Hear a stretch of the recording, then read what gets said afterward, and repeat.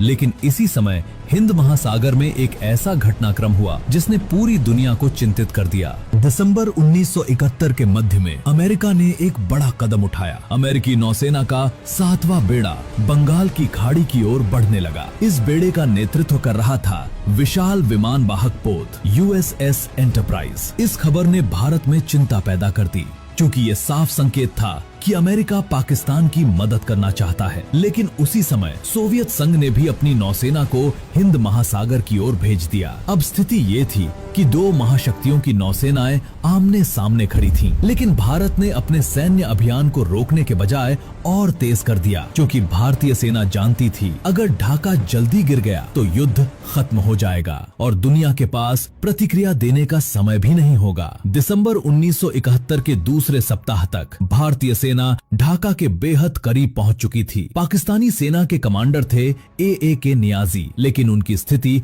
बहुत खराब हो चुकी थी। सप्लाई खत्म हो रही थी, मुक्ति वाहिनी हर जगह सक्रिय थी और भारतीय सेना चारों तरफ से आगे बढ़ रही थी। अब ढाका का पतन बस समय की बात थी। लेकिन पाकिस्तान के सैन्य नेतृत्व को अभी भी उम्मीद थी कि अंतर्राष्ट्रीय दबाव भारत को रोक देगा। उन्हें यह अंदाजा नहीं था कि इतिहास का सबसे बड़ा आत्मसमर्पण होने वाला है, और वो भी सिर्फ 13 दिनों के युद्ध के बाद। दिसंबर 1971 युद्ध शुरू हुए अभी सिर्फ 10 दिन ही हुए थे, लेकिन हालात इतने तेजी से बदल चुके थे कि पूरी दुनिया हैरान थी। पाकिस्तान को उम्मीद थी कि ये युद्ध लंबा चलेगा। उनकी योजना थी कि पश्चिमी मोर्चे पर भारत को उलझा कर रखा जाए और पूर्वी पाकिस्तान को बचाया जाए। लेकिन भारत ने युद्ध की रणनीति बिल्कुल अलग बनाई थी। भारतीय सेना का मुख्य लक्ष्य साफ था, ढाका पर कब्जा। क्योंकि अगर ढाका गिर जाता तो पूरा पूर्वी पाकिस्तान अपने आप भारत और मुक्ति वाहिनी के नियंत्रण में आ जाता, और यही वो रणनीति थी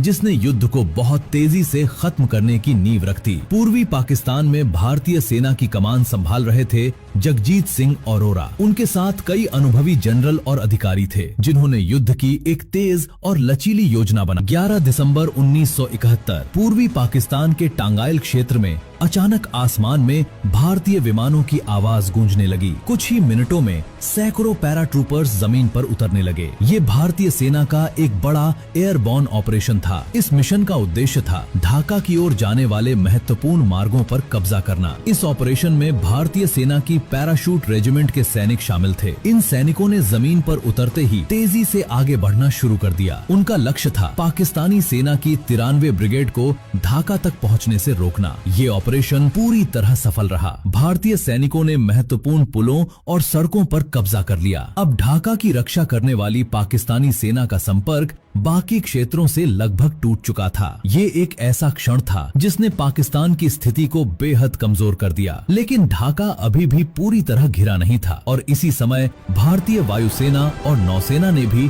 अपना दबाव बढ़ा दिया। भारतीय वायुसेना ने पूरे पूर्वी पाकिस्तान में पाकिस्तान के एयरबेस और सैन्य ठिकानों पर लगातार हमले शुरू कर दिए। कुछ ही दिनों में पाकिस्तानी वायुसेना लगभग निष्क्रिय हो गई। अब भारतीय विमानों को आकाश में लगभग पूरी आजादी मिल गई थी। ये वीडियो केवल इतिहास और सार्वजनिक रूप से उपलब्ध रिपोर्ट्स पर आधारित एक डॉक्यूमेंट्री शैली की प्रस्तुति है। इसमें किसी भी प्रकार की गोपनीय या संवेदनशील सैन्य जानकारी साझा करने का उद्देश्य नहीं है। यदि किसी जानकारी में त्रुटि हो तो कृपया हमें बताएं, हम उसे सुधारने के लिए तैयार हैं।